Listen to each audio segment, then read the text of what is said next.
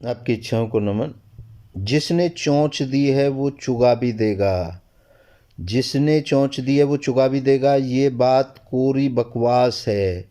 इसके भरोसे अगर आप बैठे हैं अपनी इच्छा को पूरा करने के लिए तो सतर्क हो जाइए। कभी आप जीवन में अपनी इच्छा पूरी नहीं कर सकते, क्योंकि जिसने चोंच बनाई है उसने चुगे को खाने के लिए बनाई है, ना कि उसमें चुगा पहुंचाने के लिए। पहुंचाने का काम तो आपको ही करना पड़ेगा, आपको ही ताकत देनी पड़ेगी, आपको ही उसका इंतज़ाम करना पड़ेगा। ईमानदारी से आपको अपनी इच्छा के लिए दिन रात काम करना पड़ेगा, तभी आपकी इच्छा पूरी होगी। चोंच खाली रह जाएगी, चोंच ख़त्म हो जाएगी अगर उसको चुगे का इंतज़ाम आप नहीं करेंगे, अगर खाने का इंतज़ाम नहीं करेंगे तो आपका मुंह खाली बैठा रहेगा, आपको खाना नहीं मिलेगा, आप खाना खा नहीं सकते, क्योंकि आपने खाने का इंतज़ाम नहीं किया। तो इसलिए आज मैं आपको यही बताऊंगा कि आपको अपनी इच्छा के लिए ईमानदार रहना है। आपको अपनी इच्छा के लिए होशपूर्ण अपनी इच्छा के लिए कार्य करना है, आपको अपनी इच्छा के लिए पूरी ताकत लगा देनी है, तभी आपकी इच्छा पूरी हो पाएगी। इसी संदर्भ में मैं आपको एक वाक्य बताता हूँ। एक व्यक्ति था, वो रोज़ उसके दिमाग में इच्छा आती थी कि आज मैं घर बनाऊंगा। वो कुछ टाइम के बाद वो इच्छा भी ख़त्म हो जाती थी, प्रयास करता था लेकिन नहीं हो पाता था। गाड़ी लूँगा, बिजनेस करूँगा, ज़मीन खरीदूँगा, वगैरह वगैरह, उसे व्यापार करूँगा। तो ऐसा करते करते करते करते उस व्यक्ति ने अपने जीवन को ख़त्म कर दिया। और एक दिन समय आ गया उसकी मौत का, क्योंकि मौत तो एक सत्य है, सभी की आएगी।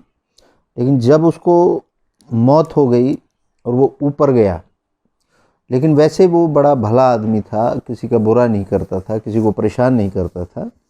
तो ऐसा हमारे हिंदू धर्म में मान्यता है कि उस व्यक्ति को स्वर्ग दिया गया, क्योंकि स्वर्ग नरक का जिक्र हम बार बार करते हैं, अपने जीवन को जीने में करते हैं। जो अच्छा जीवन व्यतीत कर रहा है, सुख में जीवन व्यतीत कर रहा है, उसको हम स्वर्ग की संज्ञा देते हैं, और जो परेशानियों से जूझ रहा है उसको हम नरक की संज्ञा देते हैं। तो वैसा ही सिस्टम कहीं और जो भी जगह है वहाँ पर बताया गया है कि वहाँ पर अच्छे लोगों को स्वर्ग दिया जाता है, खराब लोगों को नरक दिया जाता है। तो उस व्यक्ति को स्वर्ग निर्धारित किया गया, और स्वर्ग जब उसे मिला तो वह वहाँ जा कर के देख करके बड़ा खुश हुआ। लेकिन वहाँ का जो व्यक्ति था, जो भी वहाँ का केयर टेकर था, तो उसने एक आदमी बुलाया और उसको बोला कि इनको इनका कमरा दे दो जहाँ पर ये सुकून से रह सकें। तो उस व्यक्ति ने उसको स्वर्ग का कमरा दिखाना शुरू किया, स्वर्ग का जो अवलोकन कराना शुरू किया, स्वर्ग को दिखाना शुरू किया, स्वर्ग होता कैसा है, क्या क्या है। तो वहाँ पे बहुत अच्छे अच्छे, कहीं अच्छी खुशबू आ रही है, बहुत अच्छा वातावरण है, कहीं पे कुछ खाने पीने की अच्छी वस्तुएं रखी हैं। तो स्वर्ग के अंदर ऐसा फील कराया गया जहाँ पर सुख ही सुख है। वो जगह जगह अलग अलग कमरों को दिखाता दिखाता लास्ट में उस व्यक्ति को जो कमरा देना था उस पे गए, और वो कमरा खोला गया। तो उस कमरे में वो देख करके अचानक उस व्यक्ति ने जब वो कमरा देखा, तो उस कमरे में कहीं मकान का था, कहीं गाड़ी का था, कहीं उसके व्यापार का था। तो जो चीज़ें वो नीचे जो इच्छाएं करता था, वो सारी इच्छाएं उसके कमरे में छोटे छोटे छोटे छोटे उसके प्रारूप बने हुए थे। तो वह व्यक्ति बड़ा ही चौंक गया कि ये सारी चीज़ें तो मैं नीचे सोचता था, जब मैं जिंदा था करने की सोचता था।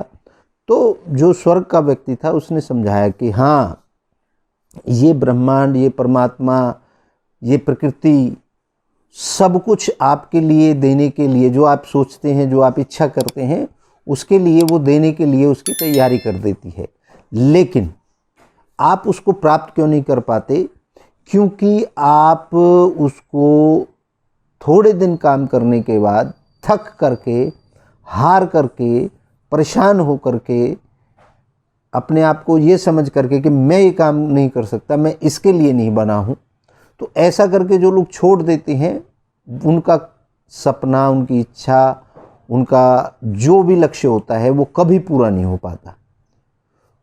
इसलिए ये सारी चीज़ें प्रकृति ने तो आपको देने का विचार कर दिया था, क्योंकि प्रकृति हमेशा आपको देती है। परमपिता परमात्मा जो भी आप कहते हैं, जो भी आप शक्ति समझते हैं, वो आपको देने के लिए हर समय तत्पर रहती है, जब भी आप सोचते हैं, जब भी आपकी कोई इच्छा करती है। लेकिन आप उस कार्य के लिए कितने ईमानदार हैं, ये आप पर निर्भर करता है। आप उसकी कब तक पीछा नहीं छोड़ते, कब हार मान जाते हैं। जिंदगी में अगर आपको अपनी एक एक इच्छा जो आप सोचते हैं वो पूरी करनी है, तो उस पर तब तक आपको काम करना पड़ेगा, तब तक उसके तरीके सीखने पड़ेंगे, जब तक आप उसको पूरा ना कर लें, जब तक आप उसको पूरा ना कर लें। तो इससे कई चीज़ें रिलेट होती हैं, कई चीज़ें देखी जाती हैं कि अगर आप देखें, जिसने बल्ब बनाया, अगर वो सोच लेता कि नहीं ये बल्ब बनेगा ही नहीं, उसकी इच्छा थी कि मैं इस दुनिया को उजाले में रखूं, जब वो अंधेरे में रहती है तो उसको उजाले में कैसे रखा जाए, तो वो अपनी इच्छा पूरी करने के लिए हजारों बार फेल हुआ, हजारों बार सीखा, हजारों बार सीखने के बाद एक दिन वो कामयाब हुआ। तो हम अपनी इच्छाओं को उत्पन्न तो करते हैं, जैसे मैंने पहले बताया आपको कि हमारे एक दिन के अंदर सैकड़ों हजारों तक इच्छाएं, 24 घंटे के अंदर हजारों इच्छाएं उत्पन्न होती हैं। हर सिचुएशन को देख करके एक इच्छा उत्पन्न हो जाती है।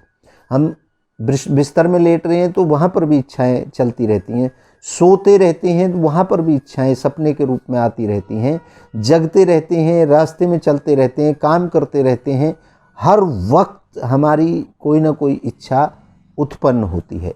लेकिन हम उस इच्छा को कैसे पकड़ के उस पर काम कर पाते हैं, ये एक बड़ा सवाल है। तो हमें सबसे पहले, जैसे मैं बार बार कहता रहा हूँ, अपनी इच्छा को प्रबल करना है, ताकतवर बनाना है, इतनी ताकत देना है कि वो इच्छा पूरी हो जाए। हमारे लिए डेडिकेशन इतना रहे कि उस इच्छा के अलावा हमें कुछ नज़र ना आए, तो श्योर आपकी इच्छा पूर्ण हो जाएगी। अगर इच्छा को आप ऐसे ही छोड़ते जाएंगे कि एक इच्छा पूरी नहीं हुई, दूसरी चालू कर दी, तीसरी चालू कर दी, चौथी कर दी, पांचवी कर दी, तो आपकी एक भी इच्छा पूर्ण नहीं हो पाएगी। अगर आपको वाकई में ही आप सीरियस हैं, वाकई में ही आप अपनी इच्छा को पूरा करना चाहते हैं, तो आपको ईमानदारी बरतनी पड़ेगी अपनी इच्छा के प्रति। लापरवाही को आपको त्यागना पड़ेगा, क्योंकि ज़्यादातर हम लोग काफ़ी कामों में लापरवाही बरतते हैं। लापरवाही से बदलाव करके आपको ईमानदारी में बदलना पड़ेगा। अपने काम के प्रति आपको सजगता लानी पड़ेगी, अपना डेडिकेशन दिखाना पड़ेगा, अपनी पूरी ताकत झोंकनी पड़ेगी, तभी आप अपने लक्ष्य तक, अपनी इच्छा तक पहुंच पाएंगे। इसके अलावा कोई मिराकल हो जाए, कोई चमत्कार हो जाए, कोई भाग्य दे दे आपको, ऐसा आज तक के इतिहास में एक भी प्रमाण नहीं है, एक भी प्रमाण नहीं है इस दुनिया के अंदर कि जो अपने आप सब कुछ हो जाए। अब आप एक छोटा सा विचार करके देखें, आप खाना खाना चाहते हैं, थाली सजी हुई है, आपके सामने रखी हुई है, बगैर किसी के आपके मुंह में डाले हुए, क्या कोई ऐसा चमत्कार हो सकता है कि वो खाना अपने आप आपके पेट में चला जाए? नहीं हो सकता। तो फिर आप ऐसा क्यों समझते हैं कि कोई चमत्कार हो जाएगा?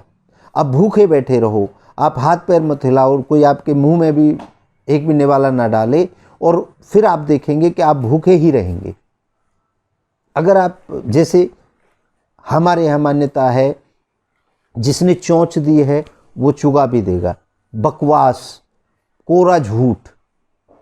चोंच दी है खाने के लिए, लेकिन इंतज़ाम करना तो आपको ही पड़ेगा उस चोंच तक भोजन पहुंचाने के लिए।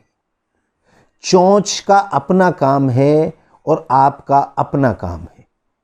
इसलिए आप किसी चमत्कार, किसी आसान तरीके के भ्रम में ना बैठें, आप खुद ढूंढें और जो लोग कामयाब हुए, जिन्होंने अपनी इच्छाएं पूरी की हैं, उन लोगों से सीखें कि उन्होंने कैसे पूरी की हैं अपनी इच्छाएं। तो आपको क्या करना है, अपनी बुद्धि का इस्तेमाल करना है और अपनी इच्छा को पूर्ण करने के लिए आपको ईमानदार रहना है, लापरवाह नहीं रहना बिल्कुल भी। तो इसी बातों के साथ मैं आज आपसे विदा लेता हूं और मैं आशा करता हूं कि आप अपनी इच्छाओं के प्रति ईमानदार रहेंगे। आप सभी की इच्छाओं को एक बार पुनः नमन करता हूं। जय हो।